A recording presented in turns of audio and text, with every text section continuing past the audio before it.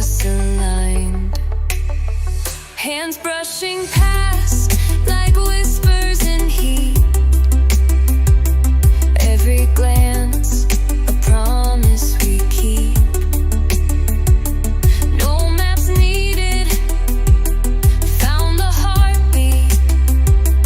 In this rhythm, we're incomplete. Feel the pulse, let it steal your breath. Every moment closer to the edge.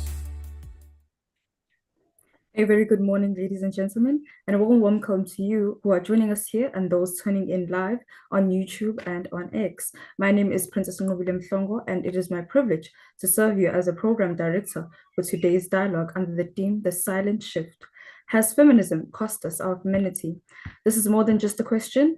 It is an invitation to reflect on womanhood in today's world, how power and pose can coexist, and how women can embrace both strength and softness. To officially open our gatherings, it is an honor to welcome our visionary leader, author, and entrepreneur who's dedicated to growth and personal leadership, spiritual well-being, and he is also a very meaningful relationship and a strategist in action. Ladies and gentlemen, please join me in welcoming the CEO and founder of Isabelo Sempumelelo, Mr. Sabelo Ndimande. Sanbonani, greetings, good morning, ladies and gentlemen. On behalf of Isabelo Sempumelelo and Restore Her Initiative, supported by VMI, I warmly welcome you to Ubuntu Leadership Women Webinar. Ngiyajabula kakhulu ukuba nani namhlanje. As a man, it is humbling to stand here among such powerful and inspiring women. My role today is not to speak for women, but to honor women, to listen, and to help hold a space where your voices are heard and celebrated. Our theme today, The Silent Shift. Has feminism cost us our femininity? Is one that touches the very heart of society. Feminism has done so much for women, opening doors of education, leadership, economic freedom, and independence. It has challenged systems that for too long silenced women's voices. Kodwa-ke, some people ask, in gaining this power, have women been forced to put aside parts of who they are? Have women been told they must be strong always, hiding their tenderness or compassion just to survive in spaces of leadership? Has independence come with expectations that femininity is weakness? Or maybe, and this is my belief, the shift is not about losing femininity, but about reshaping it. It is about providing that a woman can be powerful and still be soft, independent and still nurturing, a leader and still feminine. This is not just a theory for me. It is very personal. I was raised by a strong woman, Intombi yakwambonambi ombuyazi omabhodla. That's my mother. She raised me as a single parent, carrying the responsibilities of both mother and father. She worked hard, sacrificed much, and made sure I never went without life and guidance. Her strength amazed me. Kodwa-ke into engimangaza kakhulu ngaye, or what amazed me the most, was that in all her hard work and resilience, she never lost her femininity. She was caring, she was gentle, she was warm. She laughed even when life was heavy. She embodied the strength of softness. Through her, I learned that ubufazi bungamandla, womanhood is power. Strength does not mean becoming less of a woman. Feminism does not need to erase femininity. Instead, it should honor the fullness. Instead, it should honor the fullness of women. Amandla nobumnene, strength and tenderness. Ubuholi nobubele, leadership and compassion. This is why today's conversation is so important. In the spirit of Ubuntu, umuntu ngumuntu ngabantu. I see you in me. Let us hold this dialogue with respect and inclusivity. This is not about proving who is right or wrong. It is about listening, reflecting, and learning from one another. We are blessed to have phenomenal women leading us through these discussions. Ngiyabonga kakhulu to all of you who also have joined us via our online platforms. Your presence here means you care about this topic, and together we will make this dialogue meaningful. As a son of Intombi Yakumbuyazi, I stand here to say, a woman's power is complete when her strength and her femininity work together. That is the spirit of today's conversation. Welcome once again to the Ubuntu Leadership Women's Webinar. Let's engage with open hearts, listening ears, and with Ubuntu guiding us. Ngiyabonga. Thank you, Amako. Thank you so much, Mr. Ndimande, for those inspiring words and heartfelt. That it reminds us why we are gathered here, especially since we are celebrating Women's Month. Now, I would like to move on to our panel facilitator, Ms. Kwineth Nganamandla. She's our panel discussion and will be facilitated by a dynamic professional whose expertise lie in both engineering and leadership. Now she brings in a talented line of young women, dedicated and also intelligent in this topic. Behind her technical expertise, she also brings a strong financial management skills and leadership. It is my pleasure to hand over to Ms. Kwineth Nganamandla to lead us into our panel discussion. Thank you, Program Director. Thank you for the welcome, and to the founder of Isabelo Sempumelelo. Thank you for the opportunity reserved in celebration of women in this Women's Month. You have set the stage for our next conversation, the panel discussion, under the theme Redefining Strength, Feminism, Femininity, and the Modern Woman. As a panel discussion facilitator, I hope to contribute by guiding a thoughtful and balanced conversation that explores both the progress and the tensions within modern feminism. This topic resonates strongly with Women's Month and today's society as we reflect on how women navigate identity, empowerment, and social expectations in a rapidly changing world.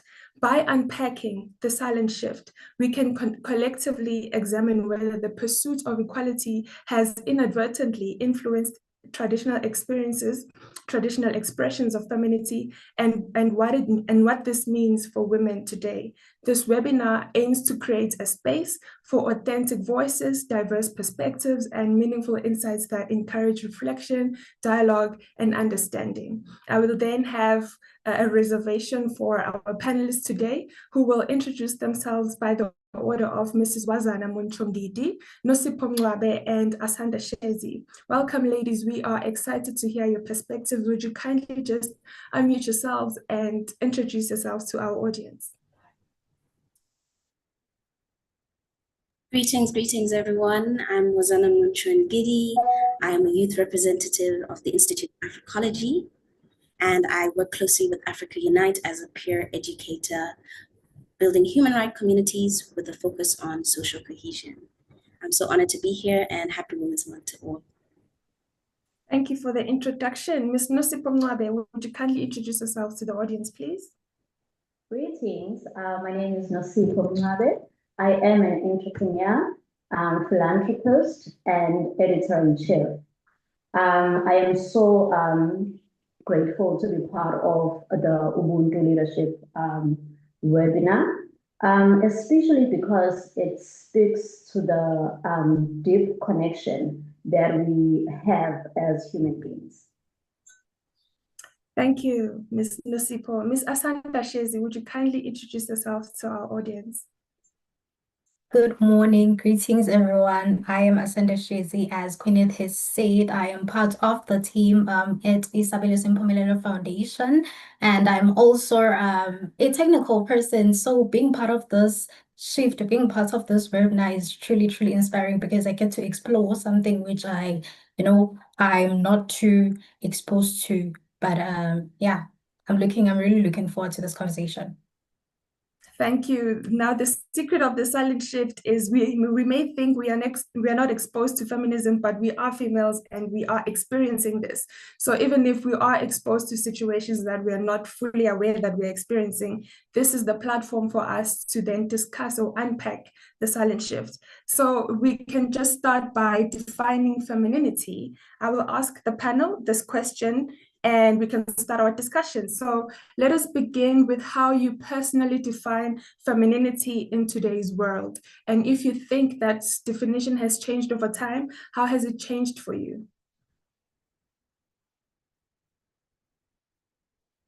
Ms. Wazana? Thanks, Konitha. The question is very important for the essence of this conversation. So femininity for me, I think, is a duality of trait.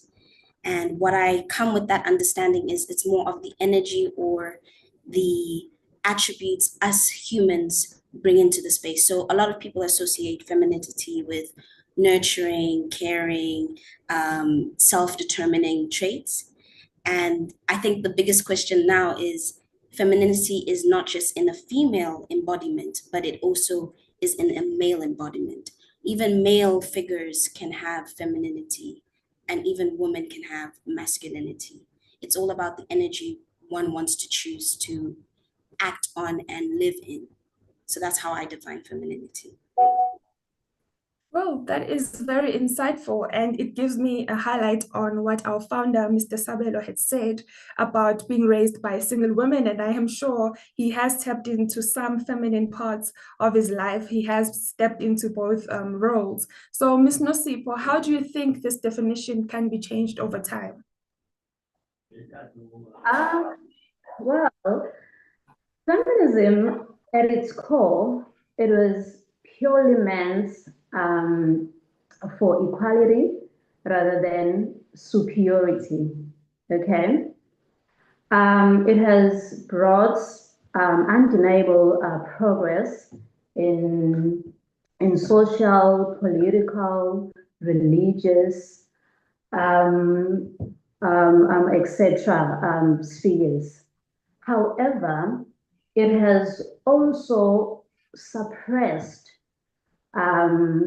our qualities or values as abantu besifazane. Yours, when I say qualities, I mean yours softness as a woman, yours tenderness, your kindness, your empathy, and so forth, which is equally powerful. So if we go to the big question, my answer is yes. Feminism has costed us our femininity. In what way do you think it has cost us? As I've just mentioned, that I feel like it suppresses our values as abantu besifazane. Maybe just a practical example. The pressure that comes with feminism has made us to compromise our traditional values, for an example, which our traditional or cultural values that contributed a lot in our characters as women, in raising upcoming women that are looking up to us as leaders. I was gazing on TikTok the other day, and I see this young lady sharing her story time. She says, my mother is impregnated by my boyfriend. How hilarious. Now, when she narrates her story, she says she is in her early 20s and her mother is in her early 40s. So with her mother, they have this transparent relationship where they go to groups together. Her mother is friends with her boyfriends, vice versa, to a point where her boyfriend hooked up with her mother to a point where they impregnate each other. Now, if you look at these things, they are one of the end negative results of feminism. Because sisakhula, you would have minor things from our tradition that were practiced by abantu abadala. If they find you uhleli noma kanjani uyintombazane mhlawumbe uqhamalazile, you would find them tapping at you ukuthi hey intombazane ayihlali kanje. You know, minor things like that contributed a lot to isimilo sakho as a woman, to the woman that you are becoming when you are older. But now that as women, we are free, we have rights towards any decision that we are taking, I think it affects us in a way that we even now fail to draw a line where we need to draw a line between a parent and a child. What do I expose to my child? What do I protect my child from? Things like that. Wow, thank you. I relate to the part where you talk about awuhlali kanjalo umuntu wesifazane. I grew up in a house full of boys. It's just me and my mom in the house. And some manners that my mom teaches me are also things that she chose to expose me to, like how you chew when you're sitting in front of people, how you walk and how you behave yourself. So I do kind of agree with that as far as traditional values are concerned. But this then brings me to my next question about societal values. Ms. Asanda, do you think society undervalues traits like empathy, nurturing, and gentleness? Something could happen in your field of work, and because you're a woman, men could expect you to go, oh, she can take care of this because she's a woman, she can care better for this situation. So do you think society undervalues those traits because they probably could abuse them? Or do you think they don't even notice them? So is it undervalued in a way that women could kind of lose their sense of societal value? Thank you, Queenette, for that question.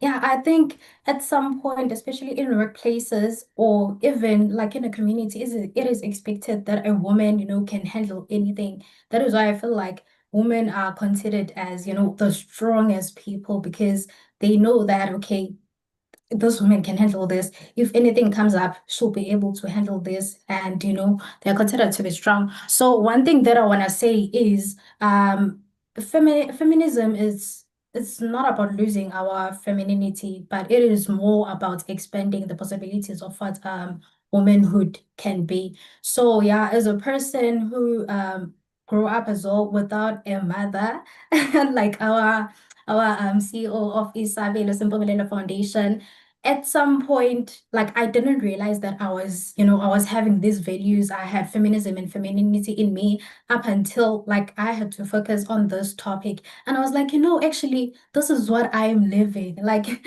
this is exactly how I'm living. This is what I am living. And I feel like feminism, it's more about, instilling the dignity, instilling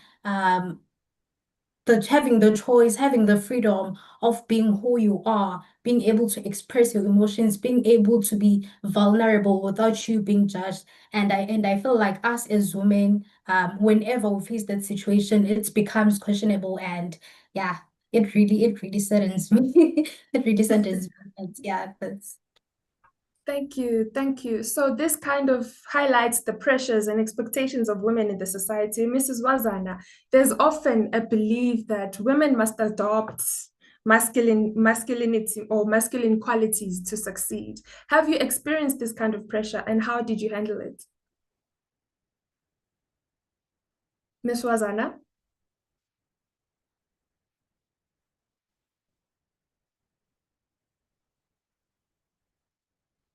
Ms. Wazana, are you there? Can you hear me?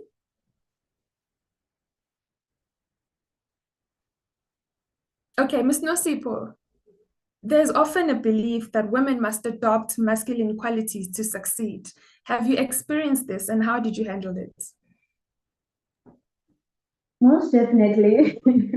I have experienced it a lot.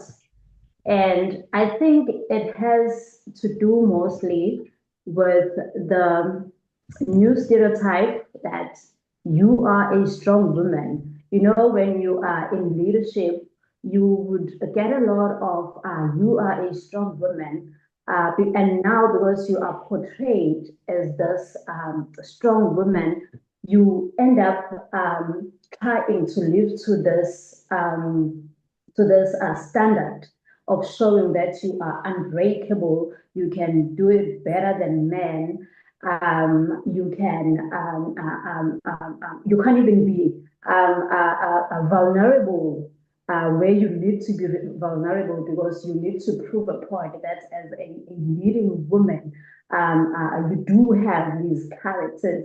You can do what men can do, and you can do it better, which while at the same time, the actual fact, you find that within you are dying because you are carrying this load, improving a point out there, but while at the same time you are losing your true self, your true character, the main person that God created you to be, then you're ending up not exercising or sharing those qualities to other people that are around you that need you to be that kind of a person. I think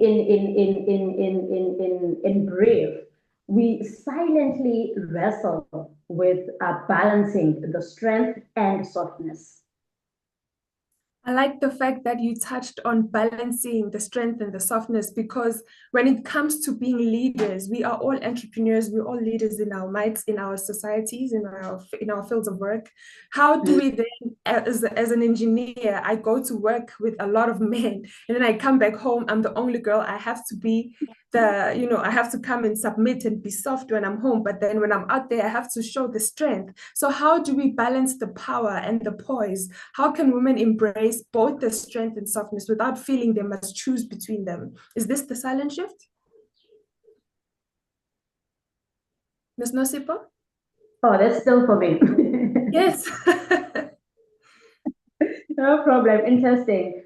I like the question, and I think it's a very important question, especially because feminism, when it comes to relationships, plays a huge role, to an extent that it can, if it's not interpreted correctly, or if indlela esiresponda ngayo to feminism as women is not in the right manner, it can go as far as destroying the relationships, marriage, and so forth. Because as much as you can be this powerful CEO out there, the men that you are in a relationship with, if it's a love relationship, they are looking for the warmth in you rather than the strong woman that you are out there. They are looking for empathy. They are looking for that softness, that kindness, and so forth. Now, most of the time, because naturally we were not equipped or built to be exposed to the harshness of the world that is throwing at us when we are at the forefront. Sometimes we fail to respond in a correct manner as men will do when they are in a leadership position. Your emotions take over and it ends up being a challenge, because now you have this pressure of proving that I'm a strong woman, At the same time, you are killing the true self, and you find most women are going through depression and so forth, because while you are trying to be the successful woman, or while you are excelling at being the successful woman, you are failing your true identity or your individuality at the same time. Thank you. Thank you for that insightful response. Before we continue with Mrs. Asanda on passing on values, I would just like to engage our audience and just let them know that they are welcome to write their comments. If it's a question, just indicate with the Q, semicolon, question, and then we'll answer you when we get to the part of answers and questions. So Mrs. Asanda, as far as passing on values, what advice would you give to the next generation so they grow up confident in both their power and their femininity? Okay, before I answer your question, I would like to Yeah, I would like to compliment Nosipa's response because I really, really do understand what she was saying. Because yeah, as women, sometimes our power can kill like a lot of relationships. It can even separate us from our families because at some point you are like, okay, I am this woman, I am strong, this is what I'm focusing on. And every time you are proving yourself, you want to prove yourself to people with, I'm this strong woman and there's nothing you can do. And you end up, losing connection with your family. You end up losing connection with your loved ones. And that really costs us a lot. So an advice that I can give to women is, yes, you're allowed to be, to have femininity, but at the same time, be able to transition from that to being feminine, be able to be available for your family, be able to be understanding, be the loving person at the right time, and also activate your femininity at the right time. That is what I can say. Thank you for that insightful answer. I do concur with the views that are shared here today. I'm also getting educated on it a bit. If our program director has any comments on this, Ms. Nwabile, would you care to share some of your insights on this?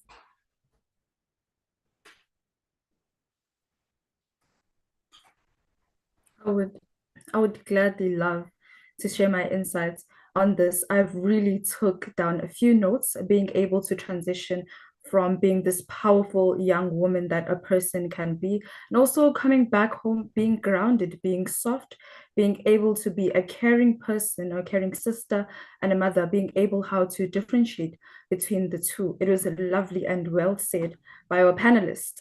Now, as we approach the close of today's program, I would like to say thank you so much to our panelists for depth, honesty, and wisdom. This conversation really reminded us that femininity and feminism are not in conflict. They're absolutely not, but they can be embraced together with strength and grace.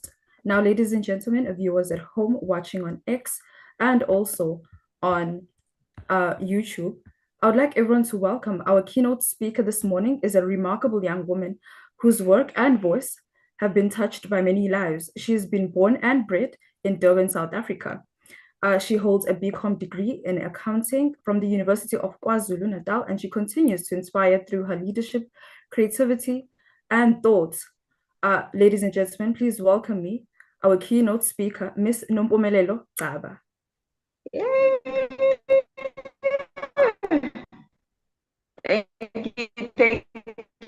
Thank you so much for that introduction. I don't know, I'm hoping I do sound a woman. Good morning to the beautiful woman of purpose. Thank you so much for the introduction. I just want to start by thanking Isabelo Simpumelelo Foundation and the partners here today for creating such a powerful space for women to have such a conversation, to engage on such an important topic.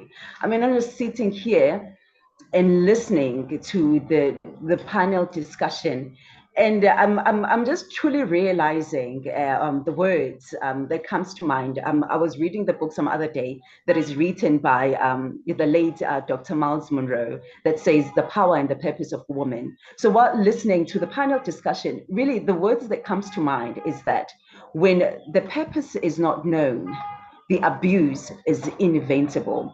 So I think, I mean, Isabella Simpumelelo needs to create more such, create such, space like this where women can really have time to sit down and enjoy and have such conversation. So thank you so much, Isabella Simpumelelo Foundation, as well as partners, for ensuring that we are here today to have such discussion. So it is truly an honor to join you guys on this Ubuntu Leadership Women Webinar, because I believe, I'm one person who is a firm believer that when women rise, community rises, as well as nation rises. I mean, today we are here engaging a challenging question, but yet necessary. The silent shift. Has feminism cost us our femininity? I mean, we'll get into that. But firstly, I would like to pose this question to you guys, that in our pursuit of equality?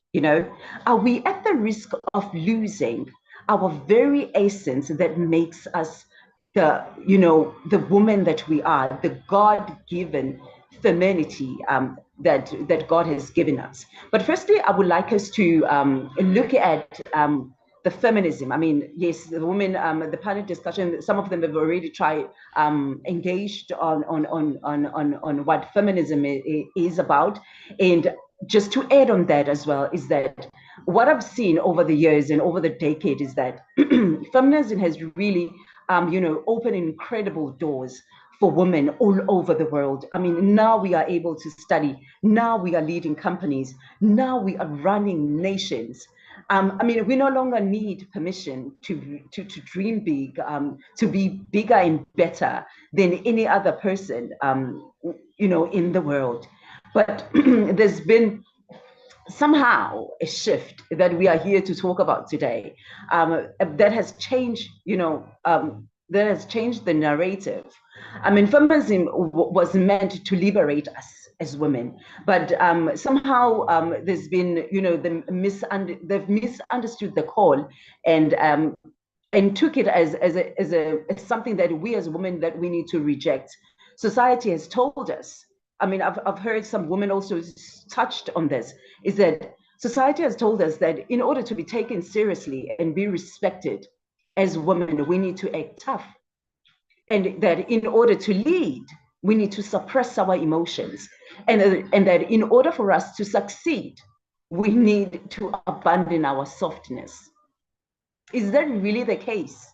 And I mean, majority of women can resonate with what I'm mentioning right now. And we have seen over the years that more and more women are now trading their femininity for this false version of strength. But I'm here to tell you guys that femininity, it is not weakness, it is not submission, it is not silence, but I define it as a power that is wrapped in grace. It is the wisdom clothed in gentleness. It is resilience clothed or dressed in compassion. But for some other people, for someone else who is still puzzled that, then what is femininity in today's world? I mean, I still believe that it is about us embracing our nurturing strength. It is about embracing our emotional intelligence, our ability to create, heal, and lead with compassion. It is about also embracing our spiritual conviction and grace. I mean, I'm one person who have seen over the years, as I run, as I'm very much exposed to women empowerment organizations and women all over the world who are doing such an remarkable work. And I've seen that, we strive as women when we lead as women, not as, the copies of man. I mean, think of the women in the scripture, for example, in the Bible. We have seen, I mean, we look at women like Abu, Esther, Deborah, Ruth. I mean, we look at those women who were bold. They shaped destinies. They influenced nations. And they did all this through their unique feminine design and not by rejecting it. And, when you look at that and you kind of like, where did we lose it as women and as women of this society or of this decade, of this century? Because somehow I feel like we have lost it. And with the light of the work that I do at Shears of Africa, our mission is simple but radical. It is to equip, empower godly women to be bold, unapologetic, and firmly rooted in their values. I mean, through our sessions, our Edify sessions, I have discovered that, women, they don't need to sacrifice their femininity to be powerful. In fact, it is their greatest strength when we embrace both boldness and softness. When we also embrace both conviction and compassion. I mean, I've seen women in our sessions when they do come in, some of them, they'll be feeling, you know, silence, insecure, and feeling some pressure that are, you know, caused to us by the society. I mean, but through the encouragement, faith, authenticity, sisterhood, I mean, after those sessions, you see them walking away, standing tall and ready to serve as their true selves, you know. And this really has made me realize that strength and femininity, they are not enemies, but they are, you know, alliances, you know. So we need really, as women in the society, try to find balance and try to look for ways how we can balance the strength and the femininity in this society. So I'm just going to mention quickly, you know, 3 ways that we can reclaim our femininity without losing the progress feminism has given us over the years. And first off is that we need to learn and know how to reconcile femininity with feminism, with femininity. I mean, we must appreciate for sure the freedom that feminism has given us while defining success on our own terms. I mean, I believe that equality does not mean sameness. You know, in this case, equality, it does not mean sameness with men. We don't have to be men. No, I don't want to be men. I want to be able to run organizations that are influencing the world, but while keeping my softness as well. So I don't believe to be equal as men, and I don't want to be equal as men, and I'm definitely sure there are also other women out there who don't want to be equal with men. But then we need to learn then how to reconcile our feminism with our femininity.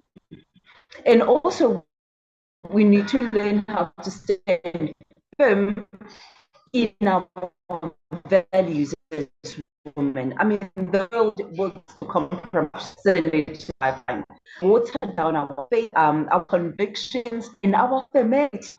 But what I always teach our Cheers of Africa is that it's not passion, it is clarity, confidence. So while you learn how to stand in you, remember, you don't have to do that, you know, in an aggressive manner, but you can learn to do that with more, you know, embracing that confidence and seeking clarity. And also, we need to embrace Ubuntu leadership. And when I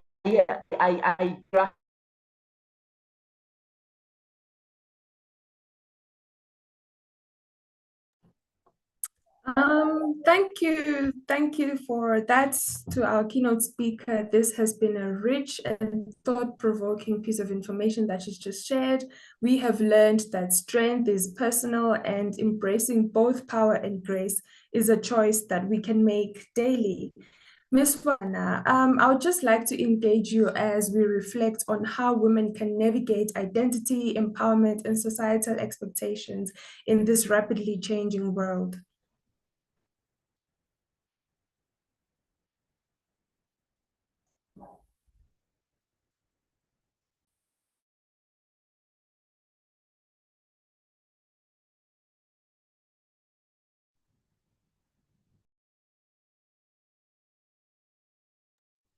As we reflect on what we have discussed today, Ms. Wazana, I would like to engage you on how women can navigate identity, empowerment, and societal expectations in this rapidly changing world. Thank you, Gwyneth. It's been really beautiful to sit back and listen to everyone's thoughts on feminism and femininity.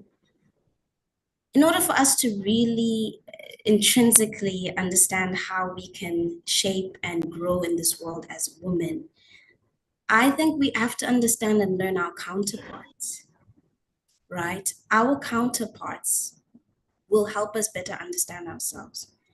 Because in knowing ourselves, we need to know the opposite. So that's an interesting take on how whatever's opposite of femininity, we should learn deeply and intrinsically so that we can embody them more and stand firm. I loved how our keynote was addressing the different stages of your femininity. I think that's something we also need to consider. And also how all our panelists were explaining shifting through their femininity. And like I said in the beginning, we are dual in our energies. We have the exciting entity to be feminine and then be masculine. So in society, I really feel like we should read more. That's a great way to kind of open our mind and our idea. I mean, So Long a Letter, Senegalese writer Mariam Mba, you guys really need to get into that, as she is a feminist. She's writing in the early centuries. And if you know Senegal, Senegal has been a forefront in terms of bringing in the consciousness of our people and making sure that we come from an African perspective that empowers us all the time. And as a first leading feminist Black writer, Mariam Mba explains to a colleague, a friend, about her sorrows of being a married woman. So in the context of understanding your femininity, your counterpart will also explain how best can you embody that and what can change. So reading will help phenomenals. Having conversations like this, of course, with your mentors, with your friends, those words, those thoughts, the fullness of thoughts, being able to express them helps us as women communicate and grow better. It's really all about our skill sets. If we sit in this, talking for us is just a breath of fresh air. Whereas our counterparts, the male energy, would not really see talking as a way to navigate and problem solve certain things that they want to accomplish. They are very solution based. Therefore, they in their doing spirit more than they sitting back intuitive spirit.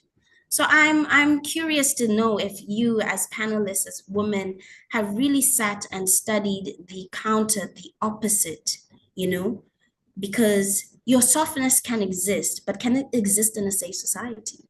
That's the question. And I think feminism to a certain point has brought us to have access to our rights, to our freedom of expressing ourselves in a space. But how far can it take us in embodying a new sense of what it means to be woman? Because that's what we're discussing really. What does it mean to be woman? What traits do we need to propel us? So reading, understanding your counterpart, having these conversations are a great way to kind of cement and balance our understanding as feminists, if you call yourself that, or woman. You know, I come from a teaching of homocentrism, which is something I'd love to explore at another time in depth. And that will also kind of give you more balance, because like our keynote speaker spoke about, it's about being balanced, you know, and the balance comes in having those understanding, intrinsic understanding of both yourself and the opposite of yourself. Thank you. That is very insightful. And it still reminds us that this webinar does really aim to create a space for authentic voices, diverse perspectives, and meaningful insights that can encourage reflection, dialogue, and understanding. At this point in time, I would like for us to engage with our audience and see what they have to say, any comments from them, any questions from them that the panel can then go and take on that discussion as well while we're encouraging this engagement with our audience. Comments, that is questions, chats, answers, anything that is had to say by our audience. And we have a comment by Sokomane, who says a broader conversation needs to be had on why we are associating femininity with submission and softness. The construction of femininity itself was conceived out of ideas rooted in racism, colonialism, structures that are systematically denied Black women any form of humanity. What do you have to say about this as a panel?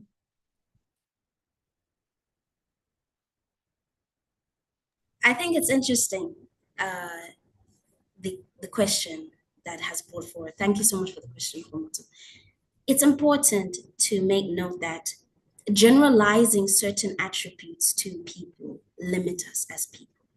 I think that's what the greater question.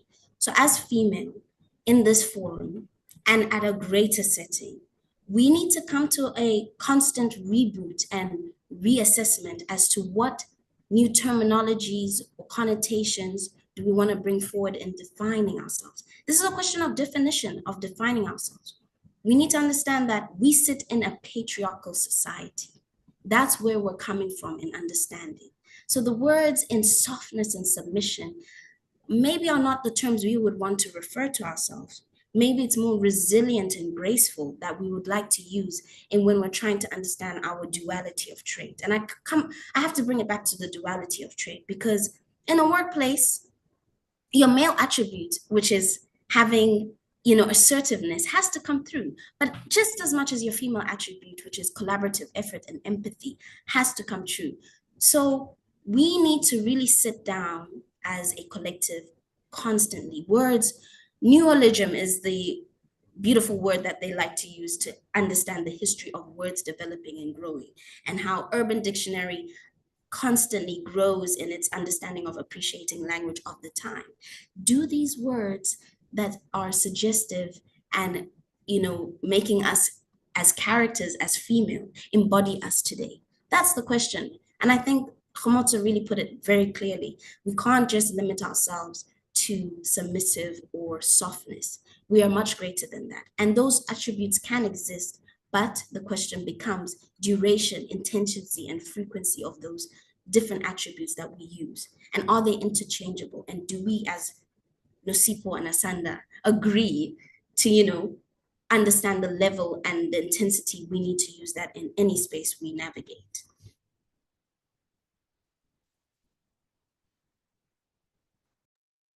I also have something to add on what Zana has said. I think being able to explore the masculine side or the male side more contributes also to us being, being feminine, contributes to us being feminine, and also contributes to our femininity, because that's when we try, to show that this is us. Like if Sabelo, just as you see, Sabelo is a male leader, CEO of Isabella Sempumelelo. If Sabelo was able to do it, then I can also do it. That is when femininity comes more than feminine in such places, workplaces, and communities, because you wanna show that, what, I have power. I can also do this. I can also do that. If Sabelo was able to, to accomplish such a great foundation, then I can also do it, to show people that I have power. I think that is what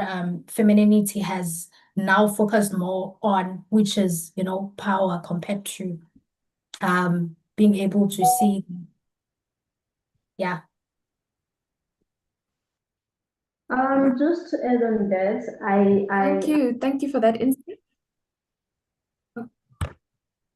I totally agree with that. Continue. Okay, thank you, Kenneth. I totally agree with the ladies, and I like the comment, especially when it mentions that we cannot shy away that feminism now is also used as a system that is shifting from its main core in empowering women and so forth. It is now a system that boxes us to something that, rather than to empower us, it destroys the next generation. I always like to be more practical rather than talking in theory. If we look at our society currently, take for an example a very sensitive topic, alcohol consumption. If you look at the rates at which we as women are consuming alcohol, is way too high. And that comes with the fact that we are now free to decide. We are free to choose what we do and what we not do with our lives. And the challenging part about this is that the voices of the leaders is always louder. When a 16-year-old down there is mirroring a leader or an influential person, be it in the political space, in the leadership role in the community or business-wise, they are easily influenced by leaders. Anything that a leader is introducing, it flows easily to the next generation. That's why we find ourselves now in a challenge where we have a very confused generation that is not sure whether am I a young person, am I an adult? Should I behave as a child, or I have rights to question things? So that is all influenced by the current leadership, which is one of the negative results that comes from feminism. So it is one of the tools that is out there to box us. So while it empowers and open a lot of doors for us, especially women, to blossom and flourish in our careers and in our capabilities as individuals, it is also slowly destroying the upcoming generation because they are mirroring us. Say, for example, if at home you have a 5-year, 10-year-old, if you are a person who normally wears high heels, you will find them playing around with your high heels or walking in your high heels. If you are a person who uses lipsticks, nail polish, you will find them mirroring you, practicing those things. And at the same way, if they find you sitting down, having savannah, for instance, or isopaths, whenever they are celebrating a 16-year-old, they will definitely follow the same pattern because that's what we have practiced in front of them. And it's unfortunate that with them, they cannot separate in terms of age, that no, I'm still young, maybe when I'm her age, then I can practice this. They practice this right then, which becomes a problem in the long run, because that will mean what kind of leaders do we have in 20 years to come, in 10 years to come? It's an interesting point you make, Lucipo, and it's clear where your understanding and concern is coming from. I think to add, and then Asanda, you can of course put in your thoughts. It's a question of womanhood. Do we feel like there's an entry point, an introductory point? For example, rites of passage. Those mannerisms and behaviors in society come at certain ages. Governments put like drinking age at 18, some others 21. So the question becomes, as women, different stages, because we evolve and we grow, right? What are our matrix in understanding our evolution and understanding our womanhood? And what I mean by that, for example, most people only felt like you're a woman once you have a child. Okay, and then some people think you're a woman once you turn 25. So as a collective conscious, trying to advocate for ourselves, speak for ourselves, define ourselves, where are our standards? Where are our thinking points? You know, we've gotten this access through feminism, the phenomena, a movement, right? To come here, to be able to have this open conversation. The question becomes now, can we evolve and edit what has already been out there and set a new trend to follow? Those are the questions we are biting on as we think about whether this has cost our femininity. So alcoholism is an issue, and us as women overindulging in it, I don't think it's also good for our feminine spirit. Do you know what I'm saying? So it'll be interesting to further investigate that through research and conversation, of course, to back it up and add more velocity and volume to what we're trying to push here. At the end of the day, to be a woman, we just really want a space to express ourselves in all range of forms. Actually, let me come back to more a humanistic approach. And Asanda, you can let me know if you agree or disagree. In a humanistic approach, right, we want to be able to express ourselves with dignity and respect in the fullest spectrum. Once we've got access to work, we're getting paid the most money, and we've envisioned all these things that feminism has been pushing and fighting for from a historical point of view, right? A cultural point of view, it's still developing, right? Because African writers and thinkers are now coming with that framework. It's again a framework in which we can think and actualize ourselves in society. It's not the only framework as women. So Asanda, what do you think? Am I onto something here? Is it making sense? Definitely, definitely. And I feel like this what leads to the stereotype that we live under, right? It all leads to that stereotype because yeah, being feminine or feminism, it's a sort of limitation. And considering that women also indulge in alcohol, it's very unpleasant because I guess that also contributes to how people view us because the more people see women drinking alcohol, the more people see women indulging in such substances, it like instills an idea that, oh, this is what women are, this is what women do. And I feel like we should change that because people instill what they see in their mind. So if we are able to change how we behave, how we carry ourselves, the dignity, the values that we have, then it'll be very, very much possible to, to change and to change the perspective of the world and how it sees women and how people see women. Thank you for that, Asanda. This then brings us to asking if, instead of asking if feminism has cost us femininity, should we be asking how feminism is helping to redefine what femininity means today? Asanda? Yes, yes, definitely. Just as I have said that feminism is not us losing our femininity, but it's a build-up block, that leads to expanding the womanhood that we have.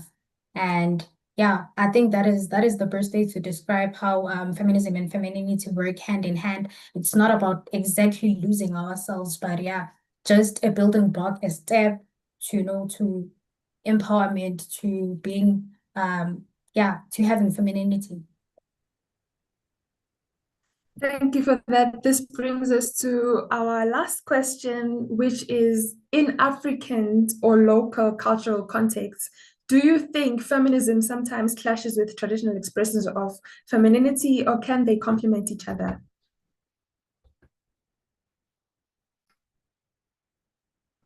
I don't know if you got that. Okay, can you repeat, please? Oh, it was in African or local contexts, right? In African or local cultural contexts, do you think that feminism sometimes clashes with traditional expressions of femininity, or can they complement each other? Yeah, it depends on, okay, let me speak practically. As a Zulu person, Zulu girl, they are values that are instilled in you or that are believed by, the society or even your family, because some families are still, have still long stereotypes, the stereotypes that we had long ago, in which they say that a woman needs to be in the kitchen, the woman can't be in the office, the woman has to cook, the woman has to, do that, a man has to be outside, providing for his family. And I feel like that has made us sort of lose our femininity because we tend to focus on our values more, what we have taught more compared to what we can achieve as women.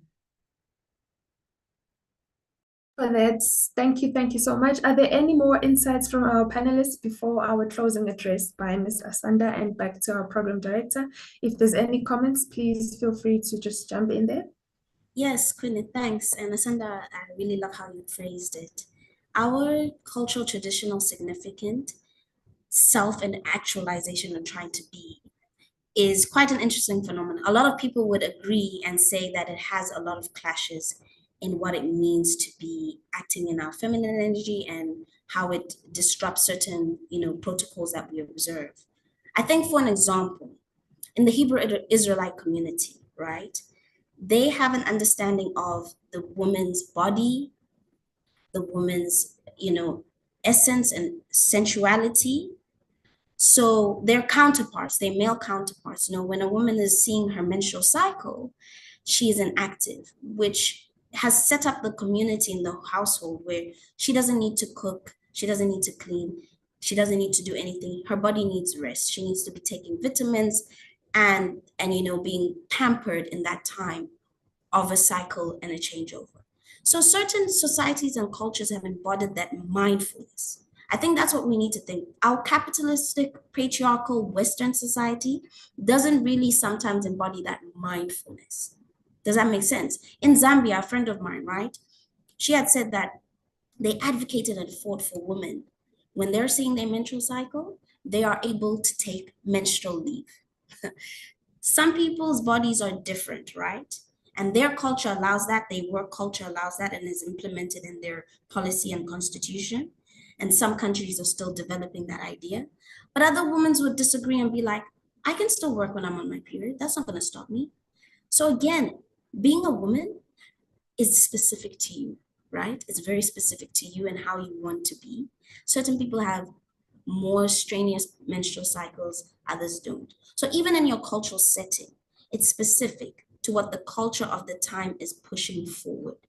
Certain places in the UAE, right, United Arab Emirates, they don't allow a woman to sit at the back of the bus. Why? Because they want them to have easy access. So they give them that privilege. So what it's saying really and truly is that our culture needs to evolve with the times. It needs to update and grow.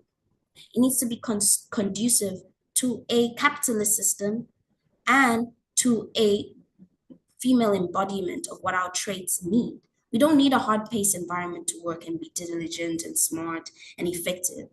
So that needs to change. And it's now in upper policies that we need more women understanding and thinking so that society can adjust and change. So that's where I would leave it, Quineth. And thank you again for sharing this. It's really good to hear your points. You guys are making me want to read more and make sure I, add up all the things I need to do. So thank you. That is so beautiful.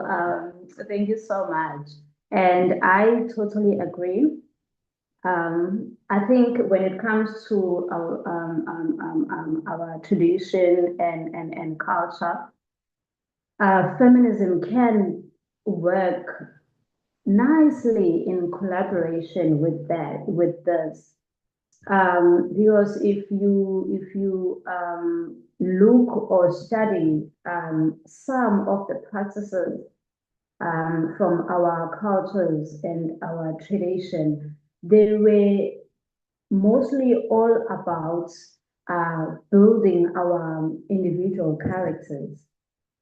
And now, especially as women, some of the things we feel that they were unnecessary or they were oppressing us as women and so forth.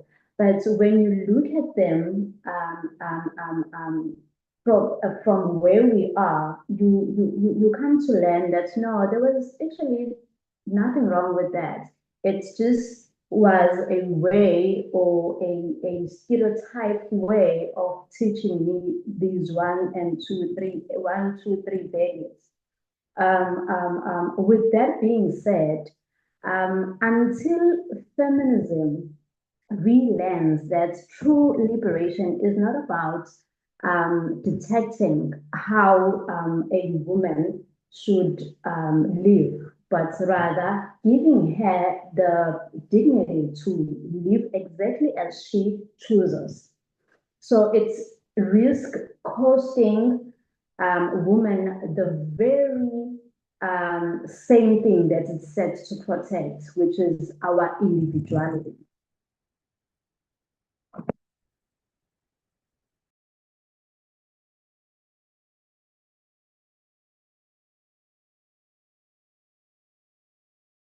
Thank you for that insightful mind share that you just shared with us. Sorry for that. As we are about to close this, I'd just like to extend my gratitude and thanks to our founder of Isabelo Sempumelelo for opening this safe space for us to engage in such an educational topic that really means a lot in society as more and more women are getting exposed to the field. And in our closing, I'd like to just welcome Ms. Asanda Shezi to have her closing remarks before we take it back to our program director, Mobile. Thank you once again, Queenette. And yeah, this has been truly an inspiring, beautiful, powerful conversation that has been shared today. And I want to thank my beautiful, bold ladies in this room, women, for taking your time out of this Saturday, because you could have been doing a lot, but you decided to be part of this amazing shift, amazing webinar. We thank you for that. And to all our guests, or rather attendees, I would like to thank you for attending and engaging with open hearts, open minds. We really appreciate it. And together with this dialogue, we've shown that this is the first step towards transformation. And I would also like to give a special shout out to Voice on the Move Studio for making this event super successful and it being streamed seamlessly. Your dedication behind the scene has truly driven this vision together. Thank you to you. And before I close, I'm also excited to share that we will be having Ubuntu Leadership Academy, which will be taking place from the 26th to the 27th of September in Durban, which will be hosted by Isabelo Sempumelelo Foundation in partnership with JCI Durban. So we'd really like to see you guys there. Love to see your faces as we continue to build a generation of leaders that embody the spirit of Ubuntu. And once again, let me thank everyone who has been part of this webinar. Let us carry the lessons, the insights, the strength, and let's live by them, lead and uplift one another. Until we meet again, let us continue to rise with courage and inspire change. Goodbye and take care. That was lovely said by my colleague Asanda Shezi. On behalf of the foundation and everyone involved in today's program, I thank you for joining us in this timely and important dialogue. To our speakers, panelists, and partners, thank you for your wisdom and your contribution. To our audience, both in person and online streaming live on YouTube and X, thank you for being part of this space of reflection, respect, and inspiration. This is where we sign off, but the conversation continues in our homes, workspace, and on our daily lives. From me, your program director, Princess Ngobile Mhlongo, thank you, take care, and may you carry today's insights with strength and pose. Thank you. VMNETWORK, it's your time to tune in. Stories that connect where we all begin. Laughter, lessons, journeys unfold. The VMNETWORK, let the stories be told.